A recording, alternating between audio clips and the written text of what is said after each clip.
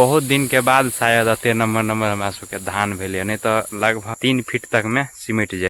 रास्ता नहीं मिले तो बीच धाने जा रहल छै। देख रहल छी पूरा हमरा बराबर धान भऽ रहल। हम सबके सबसे ज्यादा खतरा है सुग्गर से।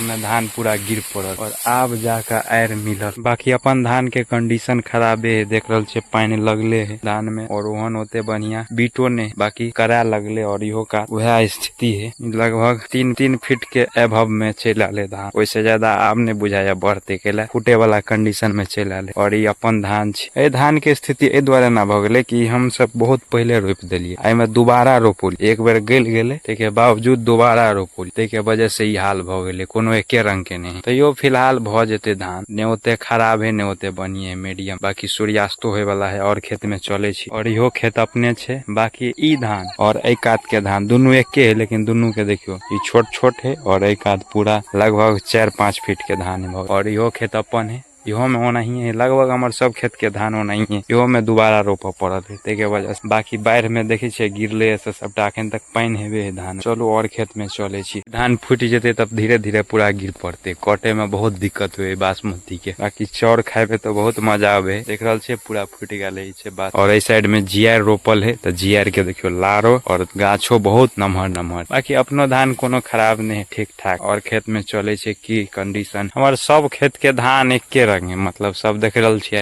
एक्का दुक्का ओहन मन लायक बिटगर धान ने है। सबटा सुत गेल। हम पहिने रोप देलिए दुआरे ई हाल। आ नहीं रोपतिए तबो जाय छी रोप दे छी तैयो जाय। ओइ टाइम में बाढ़े नहीं अबे तो रोप देली। तेके बाद बाढ़ एले तो पूरा तोपा गेले गिर पड़ले गाछ। ते दुआरे ई देख रहल छे पूरा सुत रहल ओते तै में गेल गया। और इहो सब में दोबारा रोपल कि एगो ई खेत है जे में हमरा मन लायक धान है और ई छे जीआर। तेके वजह से बुझाय है एमे कुछ एमे एक रंग धान है। केला ई पूरा एके बेर रोपायल है ते दुआरे में ठीक ठाक पूरा एक रंग है। और इहो देख रहल छे फूट रहल है।